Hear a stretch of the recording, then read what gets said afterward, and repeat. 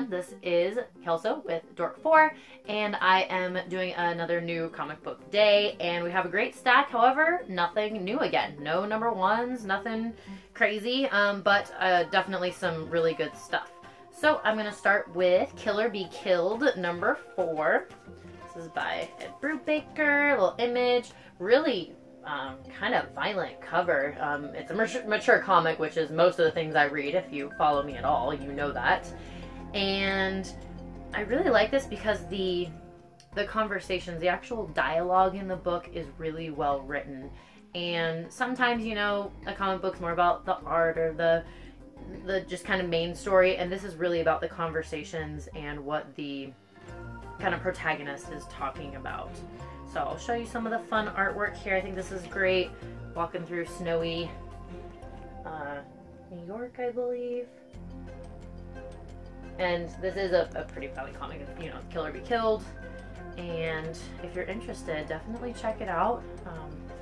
But it is violent, so be careful of that. If you don't like violence, I would not go for Killer Be Killed. But if you're into that kind of stuff, this is a really great one because, like I said, the dialogue is really important. Alright, we have The Hunt, and I actually personally haven't read this yet, but I asked someone who has because I've seen this on Twitter a lot lately. Everyone is talking about The Hunt, and I'm really excited over Thanksgiving break because I have a whole week off to definitely read this, and I have been told it is Irish mythology horror, which is very unique, and it follows Orla? Yeah, Orla, that's her name. And she doesn't know the difference between like the horror world and the real world. And so I think that's fascinating. I feel like that's a TV show right now. I feel like I've seen that somewhere. But yeah, so that is really fun. Goes into a little mythology, got a little magic, got a little witchcrafty ghost stuff.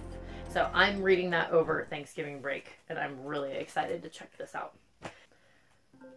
Alright, now I'm going to talk about Reborn, which is a wonderful comic. It's on issue 2. It's from Mark Millar, and it's about this woman who, well, what happens, I guess, you die, and then in the real world, and then you end up going to, like, a fantasy world, and fighting monsters, and doing a bunch of crazy stuff, and that is, I guess, the gist of the story. And so if you read the first one, she dies and she goes into this fantasy world, and she is like the savior. They've all been waiting for her, and she's the one that's going to save them all. And she actually, I think she's teamed up with her dad, who she hasn't seen in a long time, and so it's really fun, and they're going to travel around this world and fight things and do crazy stuff, go on adventures. I just wanted to show some sweet art. I really like this one. Okay, so that's a good one. So she's living this whole new life again. Even though she's lived her whole life in the real world like we have today, or we live in right now, she gets to relive her whole life again in this fantasy world. And I think that's a great concept. So check out Reborn for sure. Okie we have Moonshine, number 2. Azzarello and Riso, I've talked about them before. And for the life of me, I can't remember what they did. Which comic book they did, but I'm sure I liked it. And Moonshine is pretty self-explanatory. It is about, you know, the era, Prohibition, when people are going to be moonshining to not only be able to drink alcohol during Prohibition, but to make lots of money off of it. And it just shows, or it follows these cops that are, you know, trying to uphold the law, which I'm sure is not easy. And it goes through all of their antics. And I think this is a fun page to show you. That's Moonshine. The little quote on the back says, "It ain't called lightning 'cause it's slow." So I think that's fun. Definitely got a nice little southern feel to it, which I've seen a lot of comic books lately with a kind of like that authentic southern feel to it. So I think that's just kind of popular at the moment, which I live in the South, so it's kind of fun to go through those things. Alright, we also have the Electric Sublime number 2. This is IDW. And the first one looked weird, and then I looked through this one while I was waiting to check out at my comic book store. And it's just getting weirder, okay? And what happens is artwork is making people sick and go crazy by just looking at the artwork. Like, it pretty much comes to life, and I don't want to show you that. That's giving away too much. Okay, well, yeah, I guess we can go with this. It's a little weird, but it is about artwork kind of coming to life and taking control of people's brains and making them go crazy. So obviously the artwork in the book is going to be really good because the whole thing is about art. So I do appreciate that. Definitely an odd idea, but I'm excited to keep reading through it. And yeah, I definitely suggest the Electric Sublime from IDW. Talked about that. Alright, last one I want to show you before I show you some of my fun goodies that I got other than just my basic comic books is Cinema Purgatorio, because I feel like, I've talked to some people who like read Avatar stuff and read Crossed, and a lot of them aren't reading this, and I don't know why, and I think it's really great, and people should definitely be reading Cinema Purgatorio. It's a collection of short stories, and so maybe that's why people aren't into it, but I think they've done it in a really good way, and it has amazing artists and writers. The first one is just regular Cinema Purgatorio. Okay, that's the first short story, and it's kind of like almost like a mini trade. It has more of a hard cover to it, which is fun too. The quality is really great.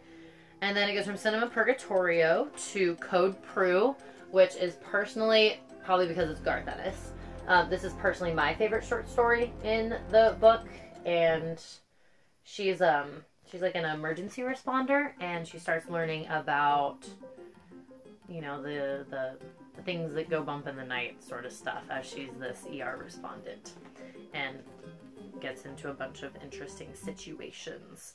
The next one is Modded. This is Karen Gillen, so it's also going to be great. Okay, so that's that one, Modded. And that is the one where the animals and the people are like working together, and they're all like radioactive. Something happened to them, and the animals are all crazy looking, and like the bugs are huge, and you never know what's gonna happen. Alright, and then you have A More Perfect Union. That's the next short story. This is Max Brooks. And if you read anything from Avatar, you know most of these artists. This is a war story, I believe, maybe Civil War? Yeah, I think it's Civil War. But Civil War, like, fighting gigantic ant things, so that's kind of cool. Alright, so a little different take on that.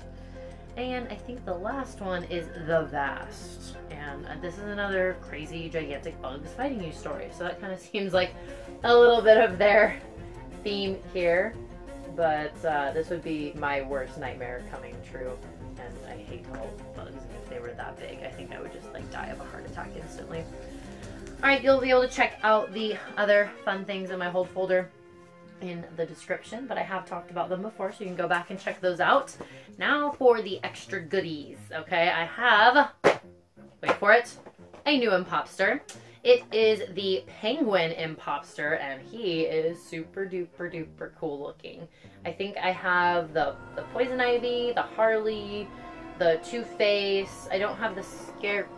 I think I have the Riddler, and then I'm collecting the other ones, but he is super cool. So excited to add that to my wonderful collection. Next we also have I got my Blizzard box, and Blizzard re-released the exclusives that they put out of Soldier 76 and Widow.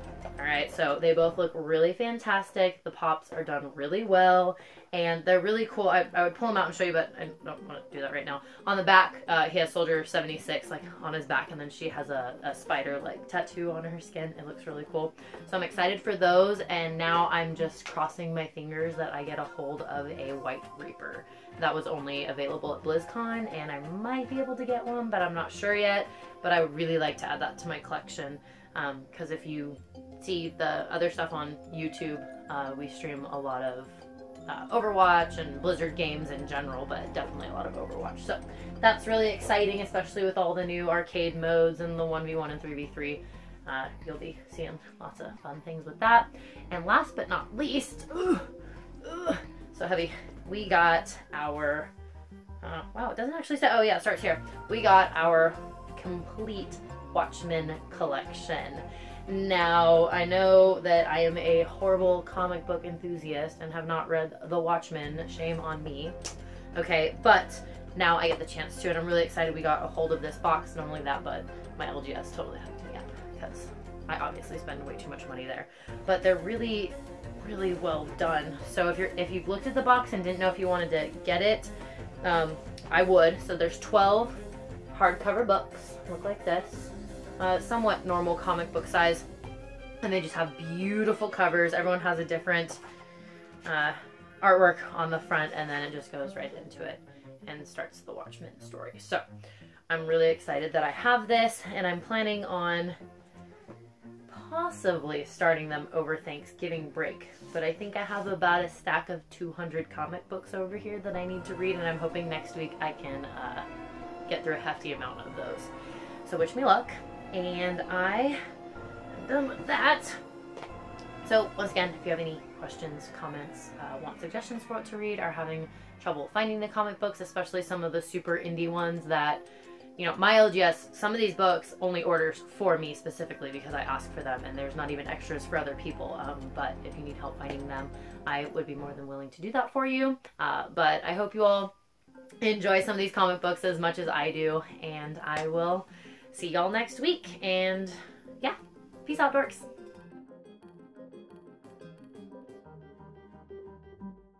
And I totally just went brain dead. I have nothing left for you now. So I really went brain dead. I was gonna say something and I forgot. What were you thinking? I don't even know. I was gonna talk about the Rat Queens thing from Twitter. Oh.